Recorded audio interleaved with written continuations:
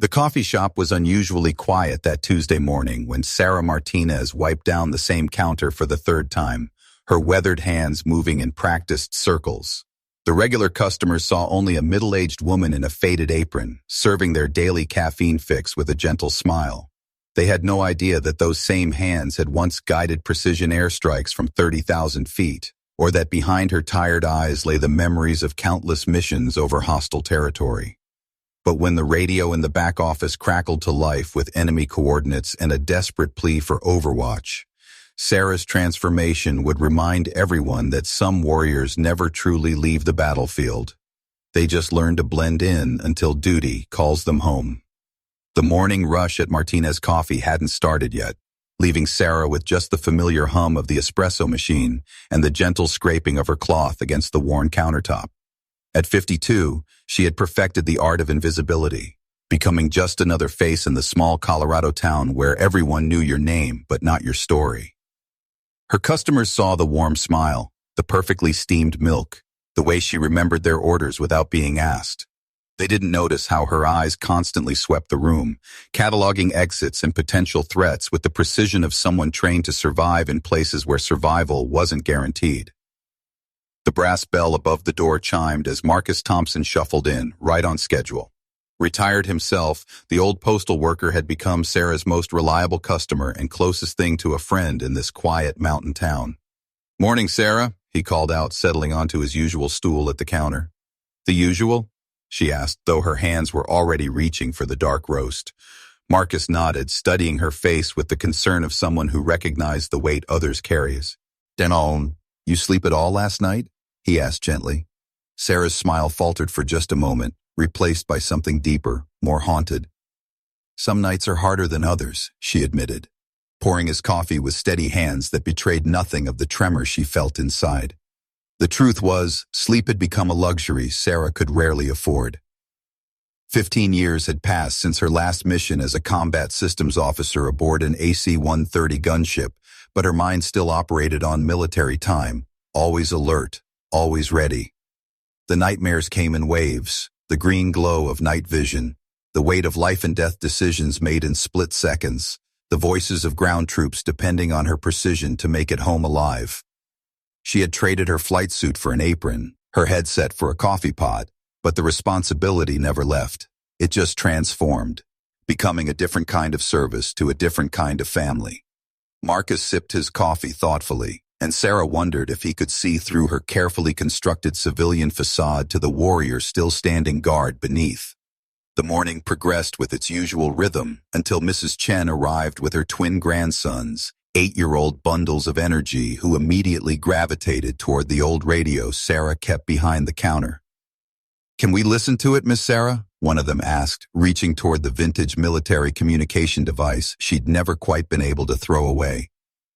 "That's not really for music, sweetheart," Sarah said gently, guiding little hands away from controls that had once coordinated precision strikes across enemy territory. The radio had been a gift from her crew chief, Master Sergeant Rodriguez, before her discharge. "Keep your ears open, Martinez," he'd said with a knowing grin. "You never know when someone might need your skills again." Mrs. Chen ordered her usual herbal tea while the boys pressed their noses against the display case, debating between chocolate chip and blueberry muffins with the seriousness of generals planning a campaign. Sarah found herself smiling genuinely for the first time that morning, watching their animated discussion. This was why she'd chosen this life, this peaceful existence where the biggest crisis was running out of someone's favorite pastry. She'd seen enough conflict to last several lifetimes, made enough impossible decisions in the heat of battle. The coffee shop represented everything she'd fought to protect: innocence, normalcy, the simple joy of a child choosing a muffin on a Tuesday morning. But as Mrs. Chen counted out exact change and the twins carefully carried their treats toward a corner table, the old radio crackled unexpectedly to life.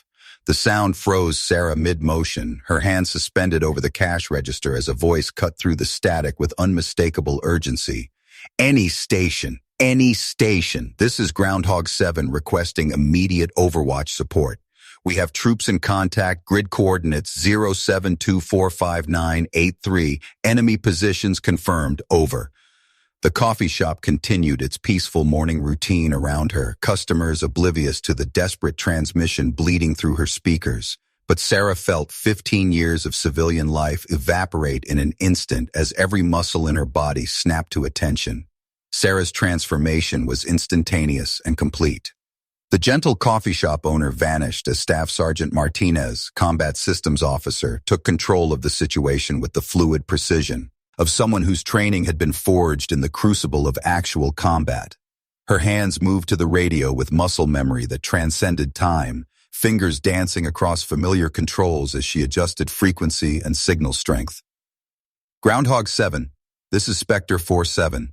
I copy your transmission and have your coordinates. Stand by for Overwatch support, she responded, her voice dropping into the calm, authoritative tone that had once guided countless missions through hostile airspace.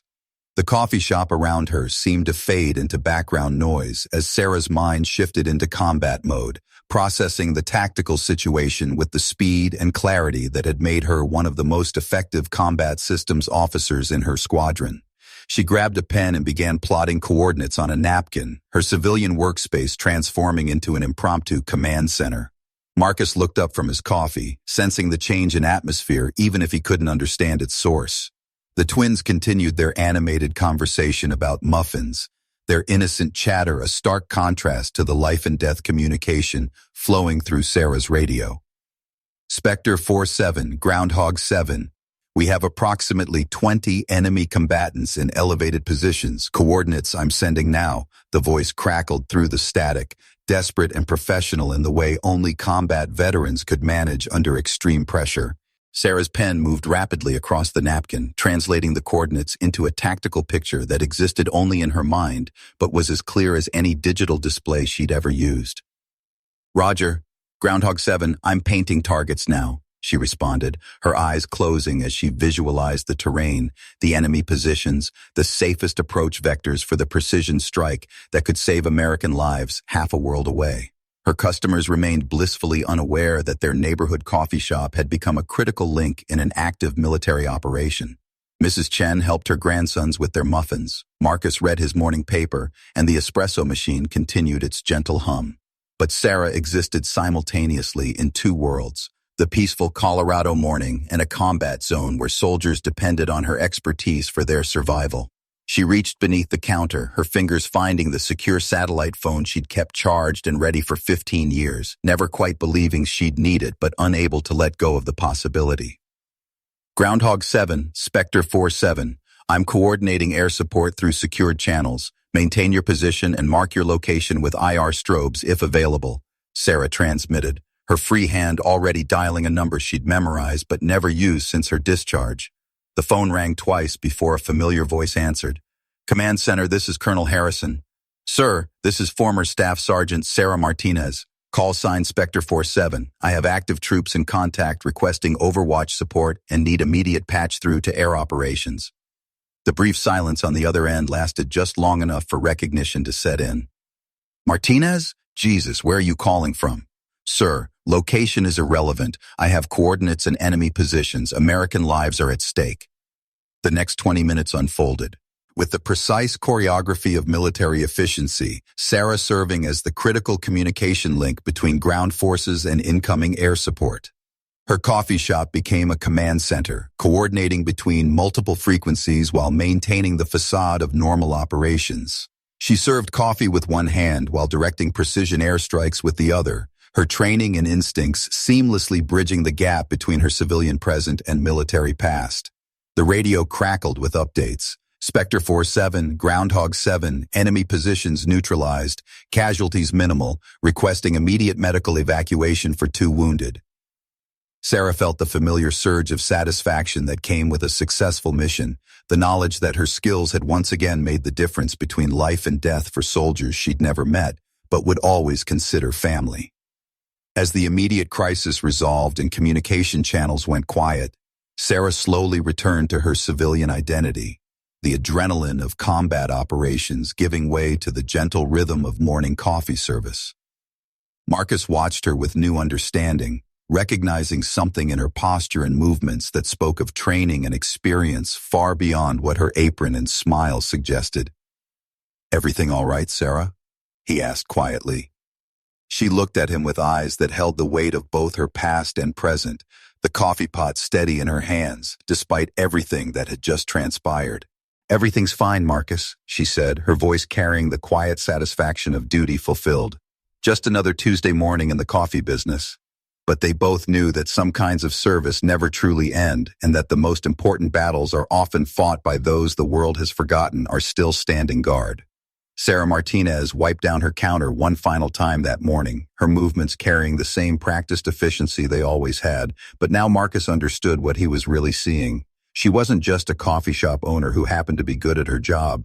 She was a guardian who had chosen to serve her community in a different way, someone whose dedication to protecting others had simply changed form, but never diminished. The radio sat silent behind the counter, ready for the next time duty called, because some warriors never truly retire. They just find new ways to watch over the people they've sworn to protect. As customers filtered in and out throughout the day, none of them realized they were being served by someone who had spent years keeping soldiers alive in the world's most dangerous places. Sarah preferred it that way. True heroes don't need recognition. They just need the opportunity to serve. And in her quiet Colorado coffee shop, surrounded by the simple pleasures of daily life that she had once fought to preserve, Staff Sergeant Sarah Martinez continued her mission in the most important way possible, by being exactly where she was needed, ready to answer the call whenever duty demanded it. The stories of our military heroes don't end when they hang up their uniforms. They continue in coffee shops and classrooms, in volunteer fire departments and community centers, wherever former service members find new ways to serve the communities they love.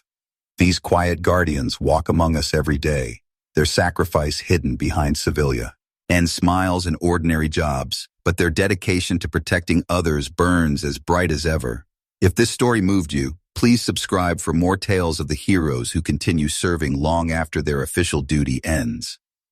Because every veteran has a story worth telling, and every story of service deserves to be honored and remembered.